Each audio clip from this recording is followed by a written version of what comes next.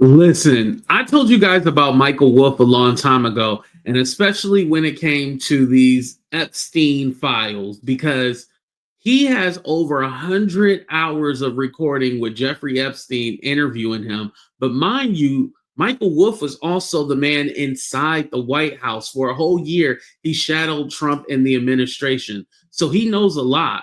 But the thing is, it seems like now he's willing not to talk. So I'm all like, are you trying to protect Jeffrey Epstein? Like, what's going on here? And he gets pissed off at Don Lemon during this interview. Let's go ahead and get into it, you guys. But first, hit that like button, subscribe to the channel. All right, here we go.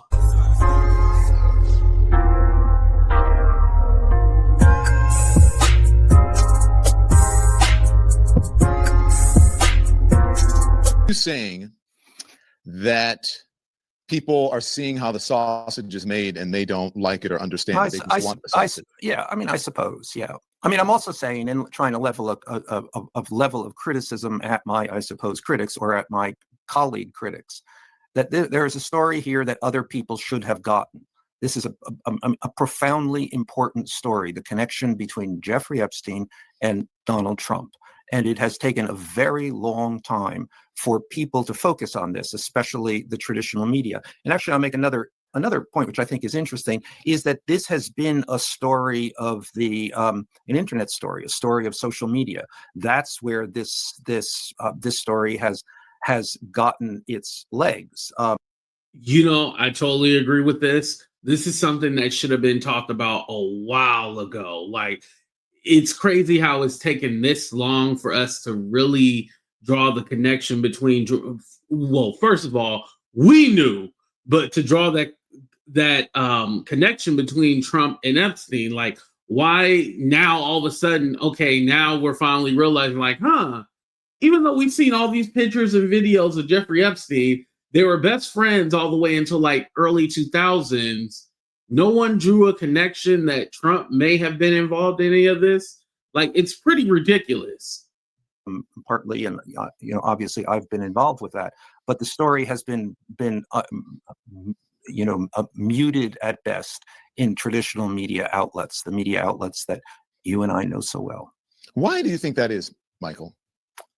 Well, I would say two things. And again, the background, so I spent this time with Jeffrey Epstein beginning in 2014, then into when Trump began to run for president and until Epstein died in 2019.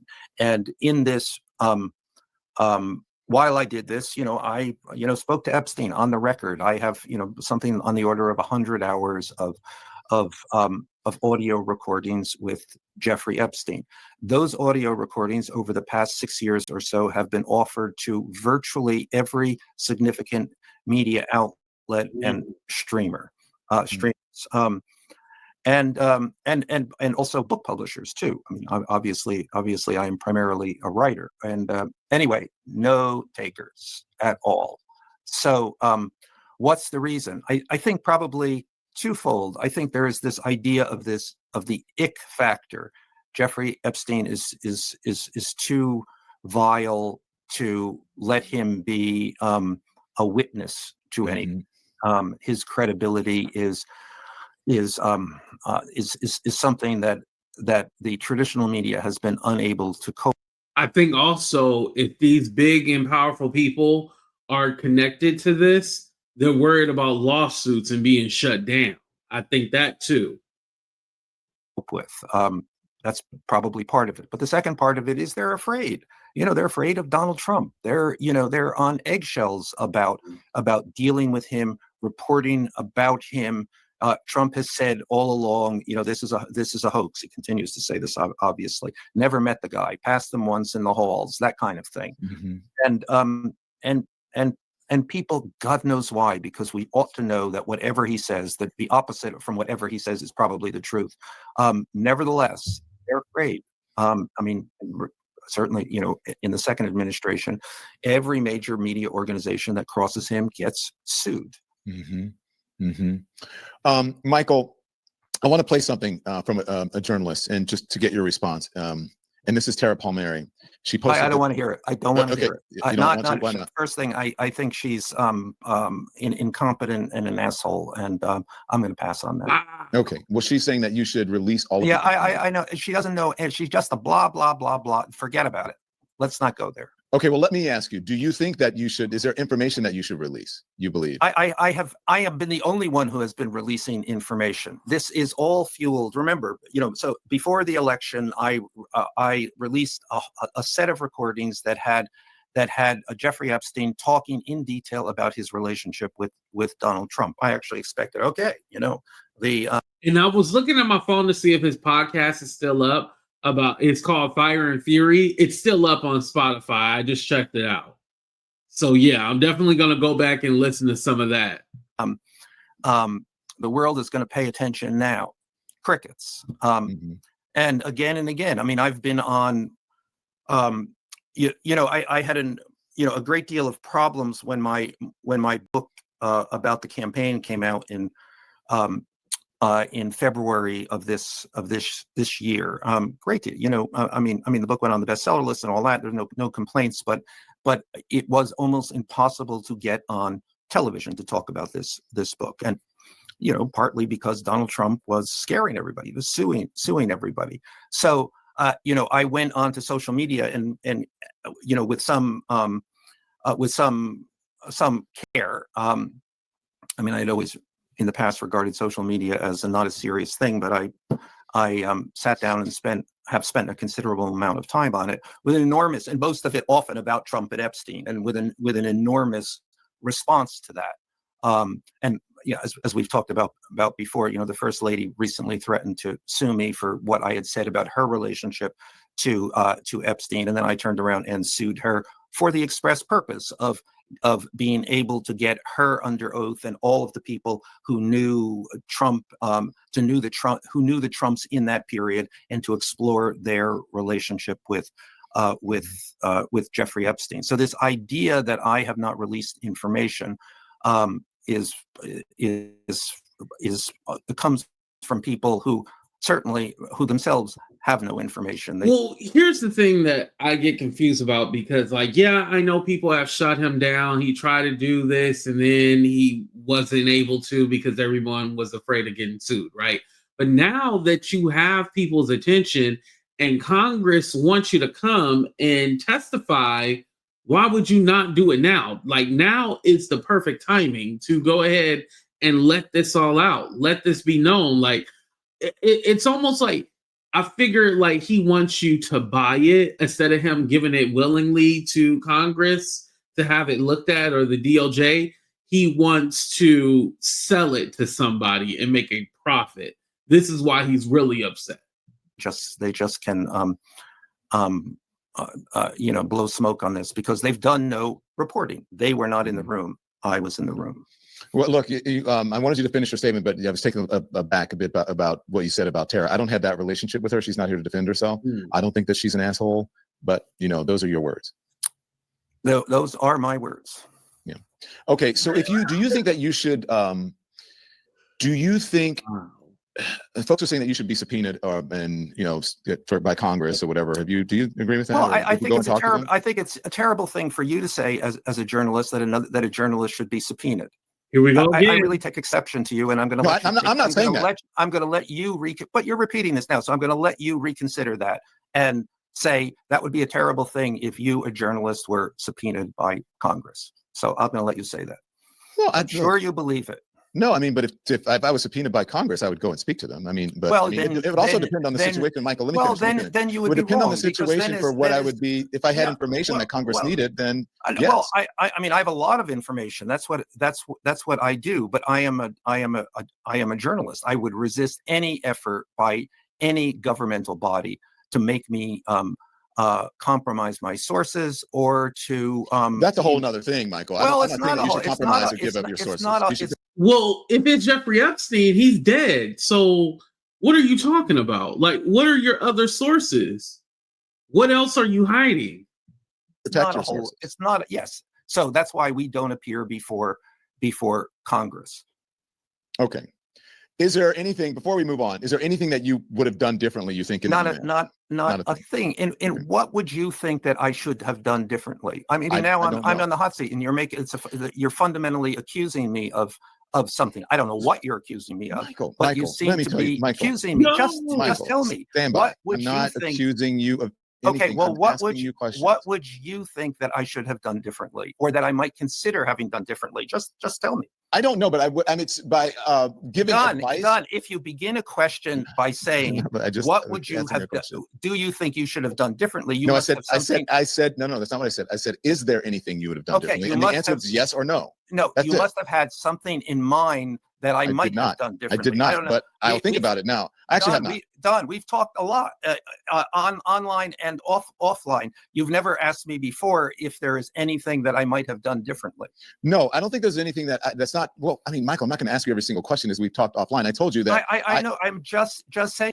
Real quick, I know we're not finished yet, but if he didn't want to do the interview, he should have just not did the interview. Like, of course, people were going to ask you about this. Of course, I know he's getting a ton of calls all like, come on my show. You want to do an interview? He's getting a whole bunch of requests. Maybe you should have just went into hiding until you was ready to talk about it, because this is what we want to talk about.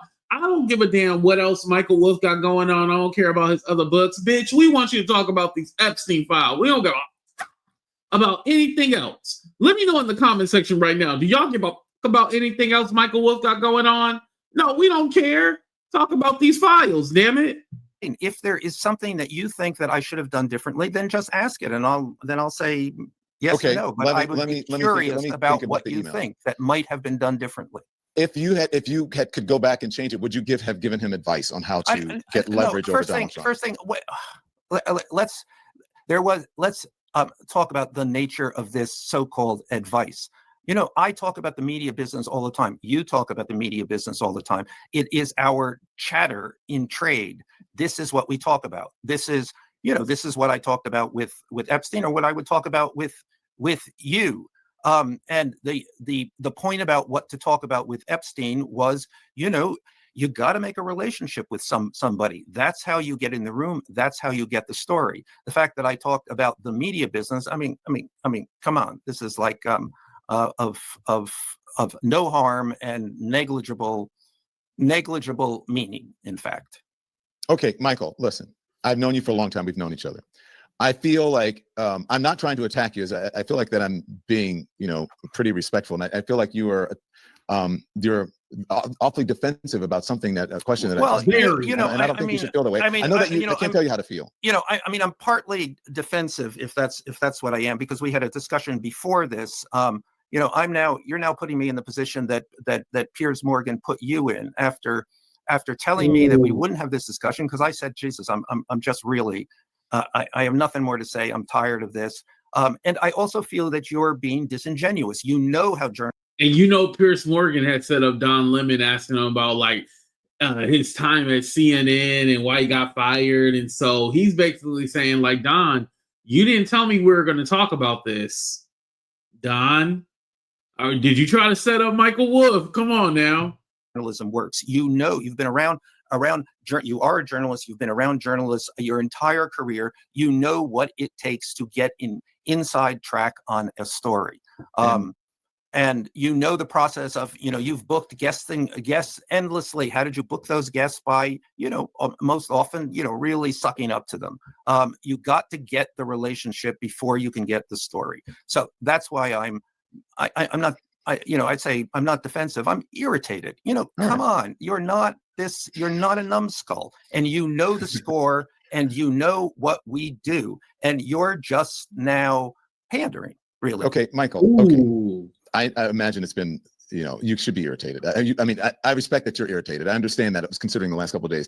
But what we talked about, I said to you, I have to ask you a question about it. And you said, okay, you're a friend, go on. No, I didn't. We can read this. I said to you, Michael, I've been defending you because I do not want you to be disingenuous. I'm not being disingenuous. Yes, you are. I'm not accusing you of anything. No, that's not what disingenuous means. Disingenuous means that you know the answer to this, and you're pretending. That's why I'm asking you. And you're pretending that you don't. You know how journalists get stories. I just went through this, so I won't repeat myself. But the relationship that we establish with sources is a complicated one. And, I guess if you pulled the lens back, it would be in its details, the making of the sausage, a little embarrassing, but that's irrelevant to what you get from it. But here's the thing. Why doesn't he want to get ahead of it? Like, because whatever, mind you, there's 20,000 emails. No one has gone through the whole 20,000 emails, right?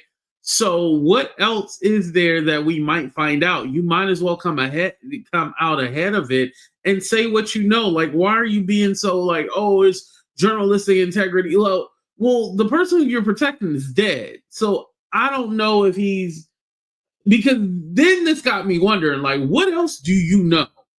What do you know? Because you not saying something that will really probably flip it upside down. You get the story. Do you get an inside view, which I've supplied, of Jeffrey Epstein's life, his relationship to a whole set of people, not to mention, most fundamentally, Donald Trump?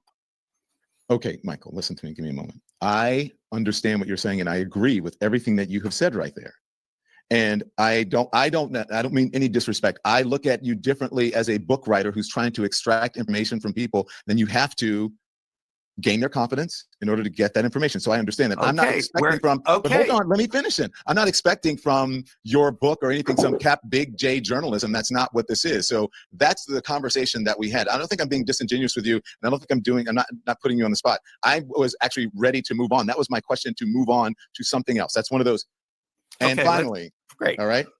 So that was, and finally, is there anything that you would have done differently? No, I would not have done anything differently. Okay, but again, and let me say this. By asking the question, the assumption is that there might have been, that you probably think that there are areas that I should have done differently. And I just want to know what they are. And then I can say, oh no, that was. Yeah. The only thing that I would even think of is the advice thing. And that's it. I mean, I have not dwelled on that much of what you have spoken about. I'm not reporting in depthly on this story. So that's it. That's it, Michael. Okay. All right. Are we cool? All right. So let's move on. I want to talk to you about. Yo, Don Lemon handled that well, because I would have been like, get your ass up off my plot. Like, we would have went blow for blow. Like, I'm telling you, because again, and now I'm glad Don cleared that up. Like, no, I told you I was going to ask you about this. And granted, the only reason why Don would have you on the show would be to talk about that. Now, they talked about some other stuff, but I mean, the main focus is going to be about Trump and his connection to Jeffrey Epstein. That's what everybody wants to know about. We don't care about whatever you think you have going on about, oh, I write this book, I write that book. Okay, well, we really don't care about that. We want to know, okay, it seemed like Jeffrey Epstein had something over Trump's head. What was that thing that he had over his head? And you were giving him advice on how he could either throw him under the bus or save him. So you know a lot. And you have been speaking. And I get like, well, damn, I've been speaking this whole time. And now you guys all of a sudden care about what I got to say. Yeah, we a little behind the curve talking about the media. I care talking about the media. They're a little behind the curve. Okay, I get you. But now that you have the power, listen, if I was Michael Wolff, I'd be going on everybody damn show getting paid. I would be getting paid. Hey, I got this recording. Ooh, you might want to listen to this recording. Like, listen, start your own YouTube channel, damn it. And be giving out the tea and all this other stuff with the audio that you got of Jeffrey Epstein. Like, why are you being so pretentious and coming off like, oh, don't ask, how dare you ask me? I'm a journalist on this and not on that. But yet you write books exposing behind the scenes and secret, like, come on, get out of here with all that. Like, stop it, really. But let me ask you guys how you feel about all this. Do you think that Michael Wolff being an asshole, or do you think that Don Lemon tried to set him up and maybe you shouldn't have asked him those questions? I feel Don asked all the questions that we wanted to know. Well, not all of them, but some of them, I'll say that. So please hit that like button, subscribe to the channel, and definitely I'll be looking forward to what you guys got to say in the comment section. Love y'all. Thank y'all for watching. But we out. Deuces, everybody.